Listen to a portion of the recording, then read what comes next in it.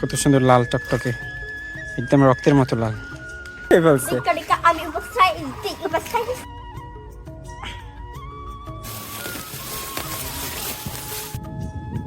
Hello guys, welcome to my new blog. আশা করছি সবাই খুব ভালো আছেন। আমরা আরো একটি ব্লগে সবাইকে স্বাগত।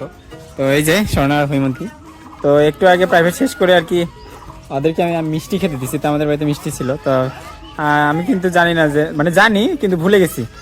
স্বর্ণা উপবাস ছিল আজকে। স্বর্ণারও মনে নেই, আমারও মনে নেই। আমি খাইতে দিছি,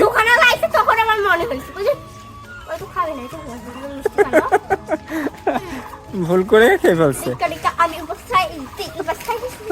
না, ওই তো ভুল করে খাইছে, ওই তো ইচ্ছা করে খায়নি। মিষ্টি খেলে কিছু হয় না, মিষ্টি খাওয়া যায়। তো বন্ধুরা, আমি এখন যাব আমাদের ভুট্টার খেতে। তো ভুট্টার খেতে আর কি প্রচুর পরিমাণে ঘাস হয়েছে, বিষ কাটালি হয়েছে, জঙ্গল আর কি। তো এগুলো আর কি তুলে দিতে হবে, তো এই জন্য আর কি। তো চলুন।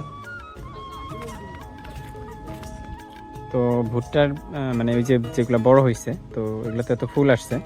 আর দেখেন এগুলো কত বড় হয়ে গেছে কয়েকদিনের মধ্যে। কয়েকদিন আগে আসছিলাম, আপনারা দেখছেন। তো এই কয়েকদিন আর কি ভুট্টার রেজাল্ট কত বড় হয়ে গেল। তো ভুট্টার মানে গাছের ওই ভুট্টার ক্ষেতের ভিতরে আর কি প্রচুর পরিমাণে আর কি বিষ কাঁঠালের গাছ হয়েছে, মানে জঙ্গলের গাছ। হ্যাঁ, তো এগুলো আর কি মানে তুলে দিতে হচ্ছে, নাহলে আর কি ভুট্টা গাছগুলো ভালো হবে না। যদিও বা ফুল আসছে, আর বেশি বড় হবে না গাছগুলা। তো বাবা আর কি তুলে দিচ্ছে, তো এই জন্য আর কি আমিও আসলাম। এই যে দেখেন ফুল আসছে কত সুন্দর। এই যে ভুট্টাও বেরোচ্ছে, এই যে। তো যেহেতু ভুট্টার ক্ষেতের ভিতরে ঢুকতে হবে, এই জন্য আর কি আমি হাত মানে ফুল হাতে শার্ট পরে আসছি, নাহলে হাত কেটে যায়। ভুট্টার মানে গাছের যে এই যে পাতাগুলোতে প্রচুর পরিমাণে ধার থাকে, তো এগুলো দিয়ে আর কি হাত কেটে যায় ভুট্টার ক্ষেতের ভিতরে প্রবেশ করলে। এই জন্য আর কি হাতগুলো মুড়িয়ে তারপরে ভিতরে প্রবেশ করতে হবে।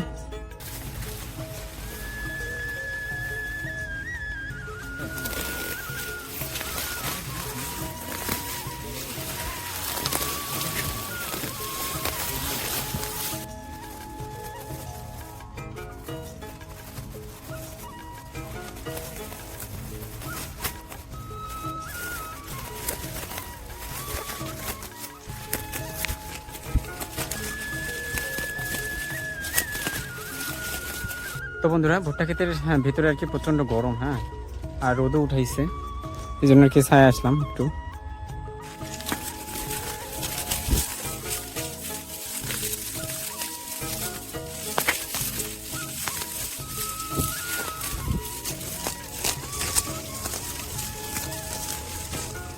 তো বন্ধুরা, ভুট্টা ক্ষেতের ভিতরে আর কি কয়েকটা ছাগল ঢুকছে, এই যে দেখতে পাচ্ছেন। তো এগুলোকে আর কি বের করে দিতে হবে।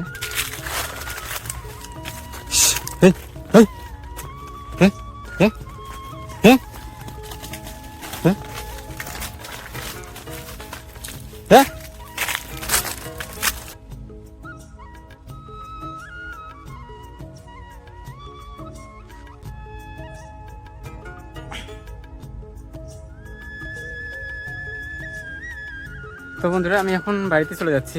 প্রচণ্ড রোদ উঠাইছে, এই জন্য আর কি ভুট্টা ক্ষেতের ভিতরে আর থাকতে ইচ্ছা করতেছে না।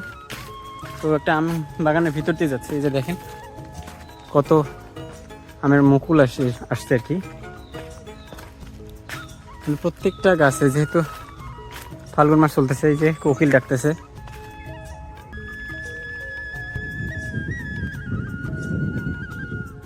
আর এটা হচ্ছে, এই যে দেখেন, এটা হচ্ছে শিমুল ফুলের গাছ। তো দেখা যাচ্ছে না আর কি রোদের কারণে। তো এই যে নিচে পড়ে আছে, এই যে দেখেন কত সুন্দর লাল টকটকে, একদম রক্তের মতো লাল। তো বন্ধুরা, আজকে আমাদের গ্রামে আর কি শনিদেবের পূজা হচ্ছে। তো এই জন্য আর কি আমাকে বললো যে আটিয়া কলার আর কি নৌকা, যেটা ছোট একটা বলে চারা, তো ওইটা আর কি লাগবে পুজোতে। তো এখন আর কি ওইটা কাটতে যাব। তো বন্ধুরা, এই যে এটা হলো আটিয়া কলার গাছ, মানে বিচি কলার গাছ আর কি। অনেক অঞ্চলে অনেক নাম বলে, কিন্তু এটার এখনো নৌকা হয়নি, মানে ছোট চারা গাছ হয়নি। তো অন্য জায়গায় আবার খুঁজতে হবে। তো বন্ধুরা, অনেক খোঁজাখুঁজির পর আর কি এই যে আটিয়া কলার গাছের এখানে আসলাম। দুইটা ছোট ছোট নৌকা পাইছি, এই যে একটা, এই যে একটা, আর এইখানে আরেকটা আছে, এই যে একটা, তো এইটাই নিয়ে যেতে হবে, এটাই কাটতে হবে।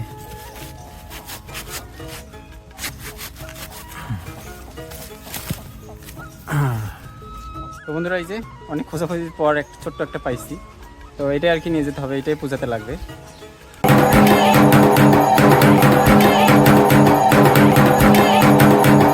তো বন্ধুরা দেখতে পাচ্ছেন যে পূজা শুরু হয়ে গেছে। তো এর আগে আর কি আমাদের গ্রামে কখনো শনিদেবের পূজা হয়নি, এটাই প্রথম।